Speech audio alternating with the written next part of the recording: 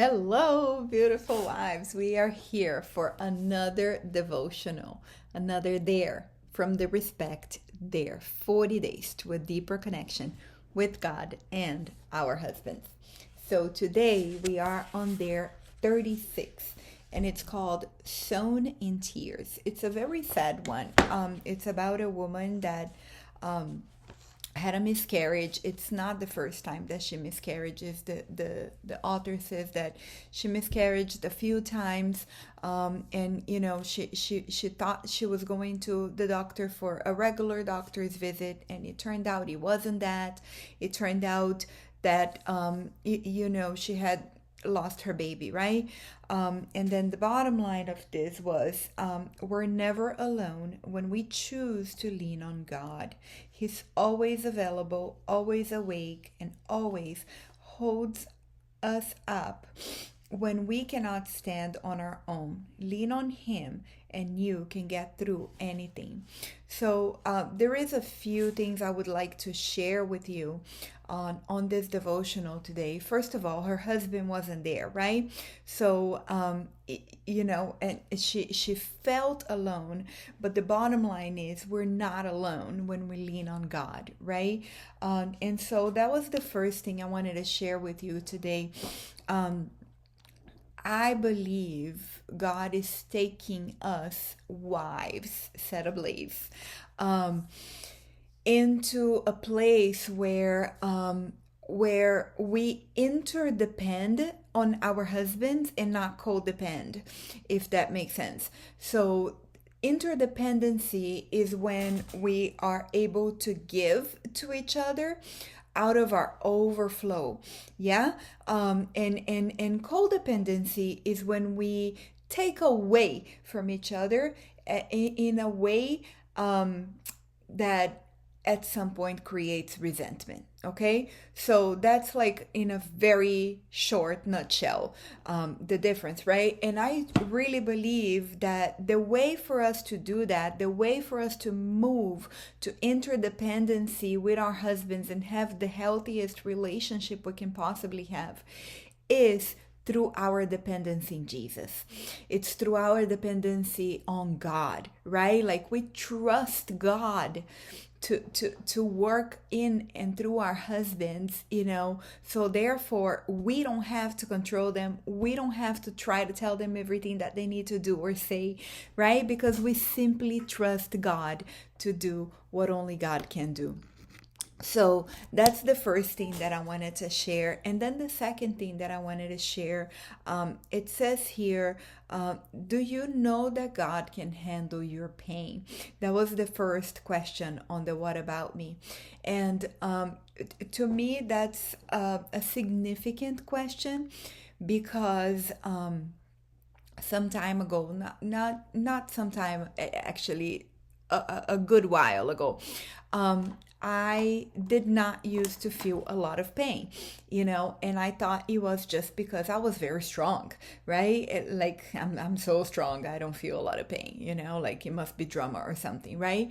But it turns out that there was this one experience that I had with God, that literally from my from over here up, everything in my face, in my neck, my tongue, my ears, everything got numb during this experience, like physically numb, right? I would go like that and I couldn't feel my face.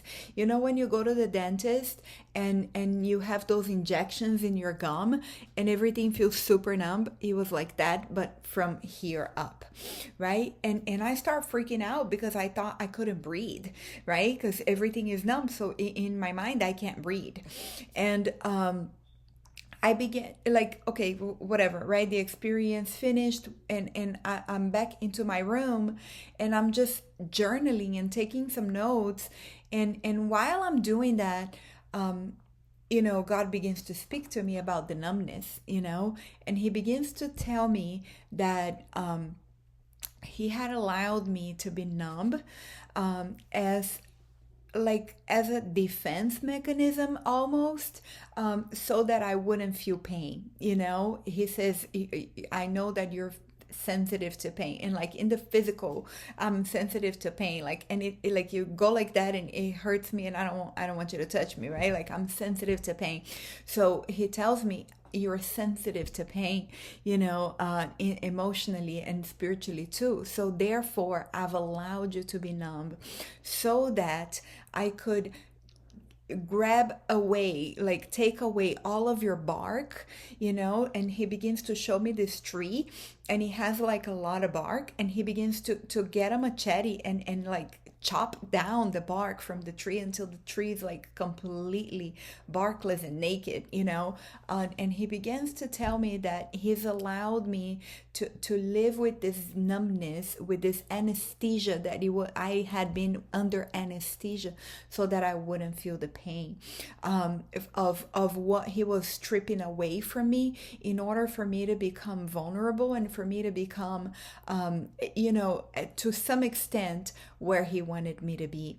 But that from that point on, that he was gonna allow that anesthesia to wear off, so that I would be able to feel the pain, and there was, and he said that that pain would be turned on to purpose, like all the pain that I would feel going forward would be turned on to purpose. And looking back, I can see exactly what he was talking about, right? Like the pain of losing relationships, the pain of, of losing people I love, which honestly I had a hard time feeling before, like, yeah, of course he would hurt me, I wasn't insensitive completely, but I was numb, that's no other way to put it. So anyways, when that started to happen,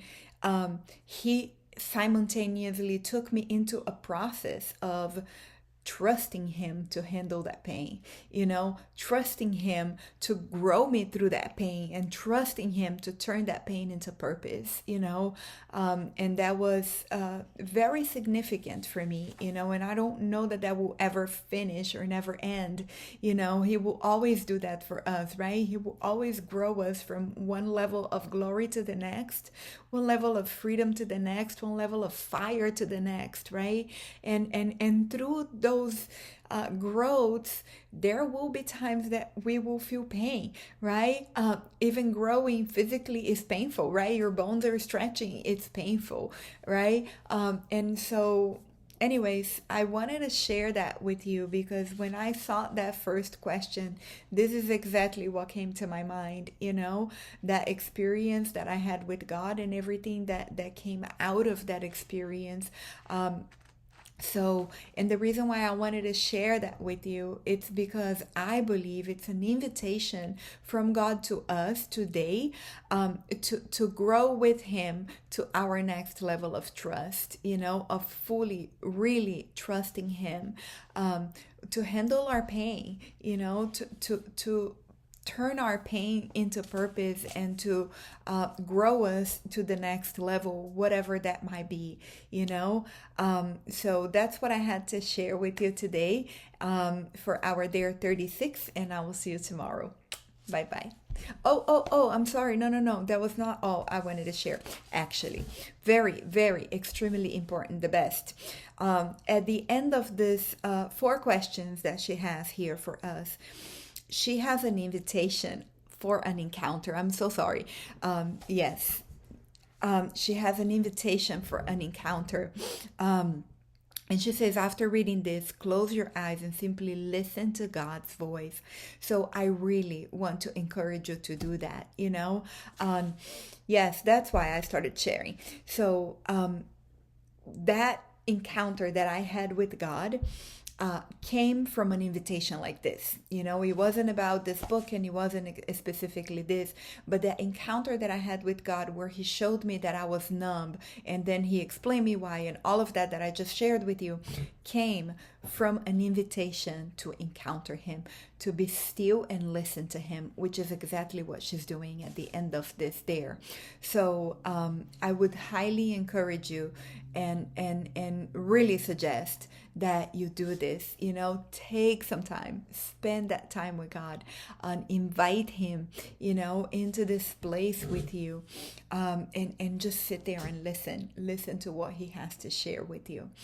It's so beautiful to encounter God, and it's impossible for us to encounter him and come out the same way, as whatever I wanted to say, as little as that encounter might be, but I don't think there is little encounters, because God is a big God, right?